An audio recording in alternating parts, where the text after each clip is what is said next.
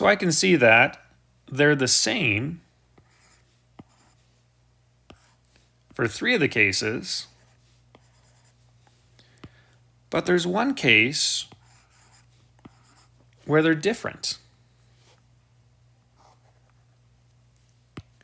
When it says, for which values of x is the expression not defined, or when is it undefined and not usable, it doesn't work when x is equal to -1 or -2. When I take the simplified form, it only doesn't work when x is equal to -2.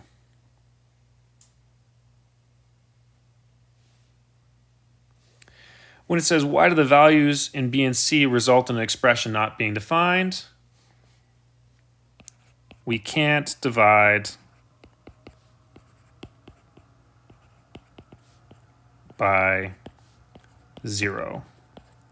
So any case where we wind up dividing by 0, we call that undefined.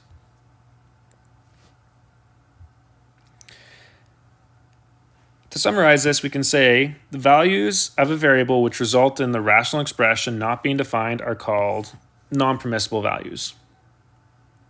Now, when we did this with radicals, remembering with radicals, it meant that I couldn't take the square root of a negative. For rational expressions, it's really just you can't divide by 0. So anytime we divide by 0, then it doesn't work.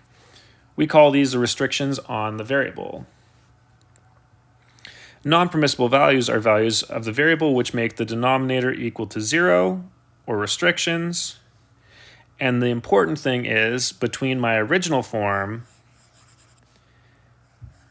and my simplified form, they had different restrictions.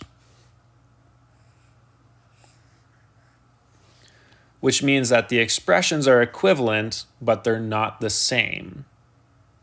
If I take this one, x only can't equal -2. If I take this one, x can't equal -1 or -2. So we need to find the restrictions before we simplify, otherwise our restrictions are incorrect.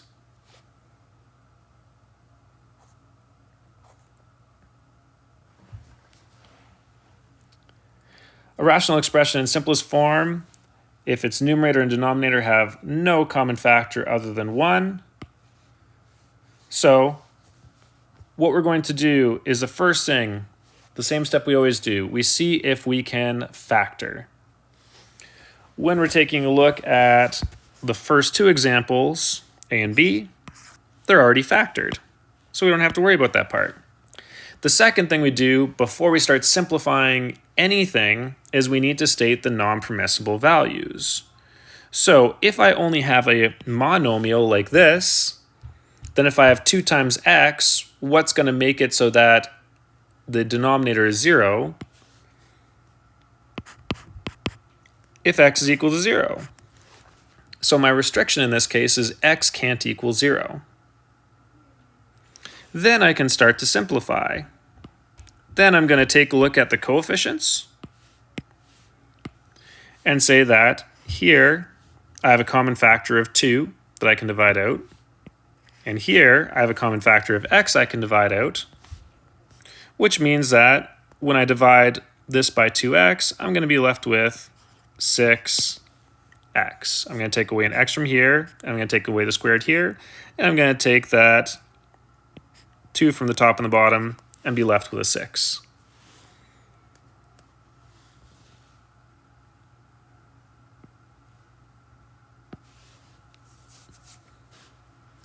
When I get to the next example, it's already factored down, which is nice.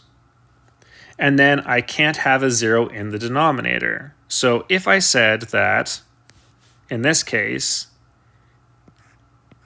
a plus 7 times a plus 1 can't equal 0, then that means that a plus 7 can't equal 0, or a plus 1 can't equal 0. So a can't equal -7, and a can't equal -1. And when we're doing this, then we're literally just solving for what the roots of the denominator would be, any value that would make that equal to 0, just like what we did with our quadratics. And then now, for those in our denominator, they're going to wind up being our restriction. So I can say that in this case, a cannot equal -7 or -1. Then I can remove the common factor in the top and the bottom. And then I'm just left with the factors a minus 6 over a plus 7. And there's no more common factors, so I'm done.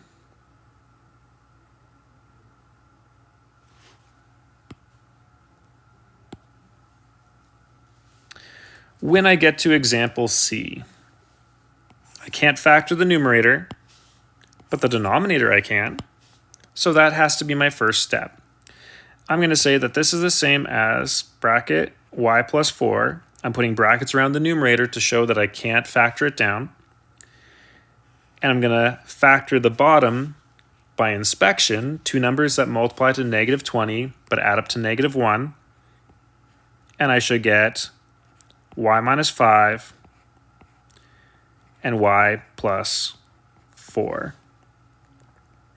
Now, before I start canceling, I'm just going to take a look at that denominator and say, if y minus 5 times y plus 4 can't equal 0, then the roots of that would be that y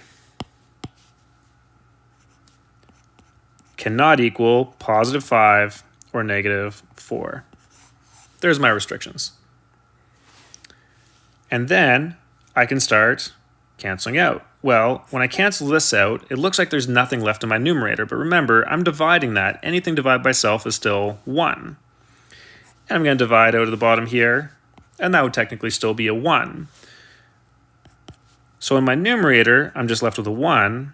In my denominator, if I have 1 times y minus 5, then it's still just going to be y minus 5. And there's my answer.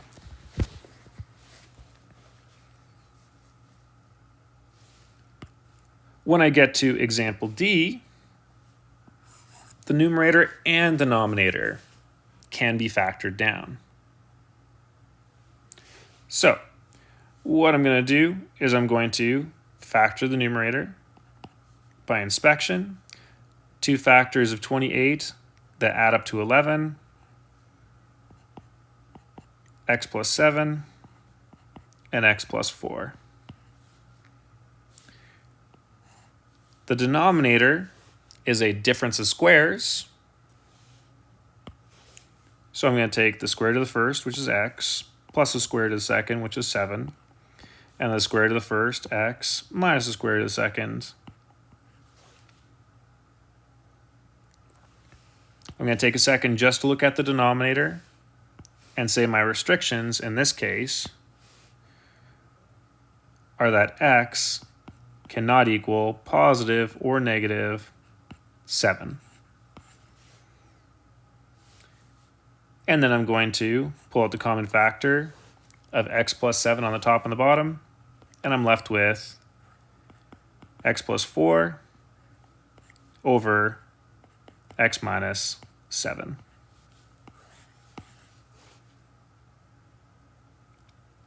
All right, go ahead and get some practice done.